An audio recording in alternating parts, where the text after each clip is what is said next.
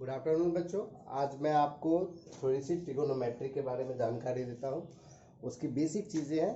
तो सवाल आता है कि ट्रिगोनोमेट्री है क्या है, ट्रिगोनोमेट्री बनता कैसे, या ट्रिगोनोमेट्री है क्या, उसके बारे में उसके जो बेसिक्स टर्म्स हैं उस पर हम लोग आज चर्चा करेंगे। नाउ तो मैं यहाँ पे लिख लेता हूँ सबसे पहले TRI ट्राइगोनोमेट्री। तो ट्राइगोनोमेट्री को जानने से पहले हम इस ट्राइगोनोमेट्री के बारे में जानने से पहले हम लोग इस बात पर चर्चा कर लेते हैं कि किसी भी राइट एंगल ट्राइंगल पर हमारे पास तीन साइड होते हैं और तीनों साइड्स का नाम जो होता है अलग अलग टाइप से लेंगे। अगर आप बात करेंगे तो एंगल्स के बारे में, अगर ये हमारे पास एंगल है, ये वाली जो हमने यहाँ पे सी दे दिया है, यहाँ ए दे दिया है बी, तो ये हमारे पास राइट एंगल है। और सी के लिए यानी फॉर द एंगल सी के लिए चर्चा करेंगे। तो फॉर एंगल सी के लिए चर्चा करते हैं। तो उसके लिए जो परपेंडिकुलर होता है, तो ये उसके सामने वाला, ये देखिए, ये इसका हो जाएगा परपेंडिकुलर और ये हो जाएगा इसका बेस। ठीक है, तो फोर एंगल सी के लिए हम बात करते हैं। तो इसका बेस क्या है, हमारे पास BC है और इसका परपेंडिकुलर है AB। अगर आप बोलेंगे नहीं सर हम एंगल बी नहीं बात करेंगे, चर्चा करते हैं एंगल ए के लिए, तो यार देखिए हमारे पास यहाँ पर एंगल ए है। तो एंगल ए के लिए यानी फोर एंगल ए के लिए हमारे पास बेस जो होगा वो जस्ट इससे सटा होगा। ये हमारे पास क्या हो गया, इसका बेस, और सामने वाला हो गया इसका परपेंडिकुलर। ठीक है, ये हो गया हमारे पास, ये देखिए सामने वाला जो है वो क्या है, परपेंडिकुलर।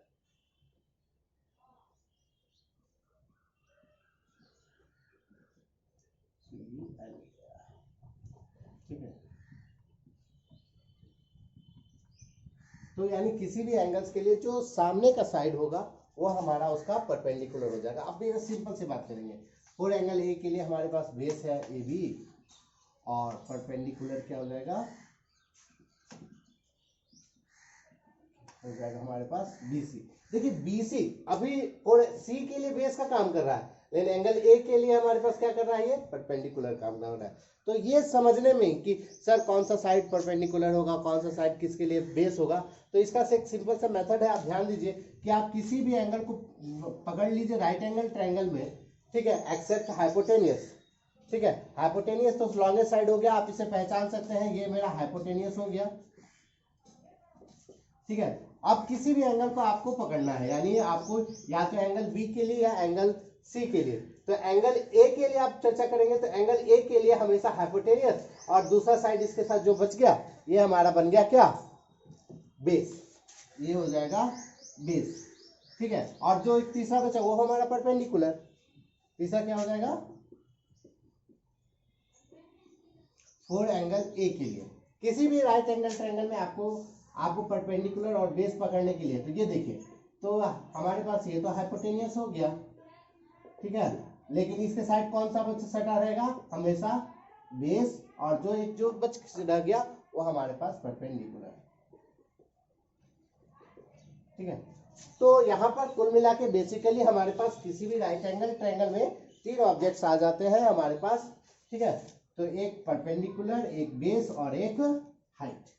ठीक है, और चूंकि अब मैं यहाँ से शॉर्ट में लिख लेता हूँ कि हमारे पास P4 परपेंडिकुलर है, एक बेस है और इसके हाइट है। इनके जो रेशियो है इसी से हमारा पूरा ट्रिगोनोमेट्री बना हुआ है। इनके जो ratio perpendicular, base and height से, इनके रेशियो से ही हमारा पूरा का पूरा ये बना हुआ है। कौन चीज, क्या कह रहे हैं हम, पूरा का ट्रिगोनोमेट्री। अब यहाँ पर तीन है तो टोटल कौन कौन से रेशियो बन सकते हैं जरा हम चर्चा कर लेंगे। P/H का एक रेशियो हो गया, एक B/H का रेशियो हो गया, एक P/B का रेशियो हो गया। ठीक है, बेसिकली ये है। इसके बाद नहीं सर जी और भी रेशियो हम इसमें बना सकते हैं। कैसा रेशियो बनेगा, तो H/P इनका रेसिप्रोकल हो गया, H/P, H/B और B/P। इन सभी रेशियो के लिए अलग अलग नाम है। ठीक है, अगर P/H का अगर रेशियो आप देखेंगे तो ये हमारे पास होगा साइन थीटा। B/H के लिए हमने कॉस थीटा का इस्तेमाल होता है, और P/B होता है टेन थीटा के लिए। इसी तरह से इसके लिए हो जाएगा हमारे पास कोसाइन,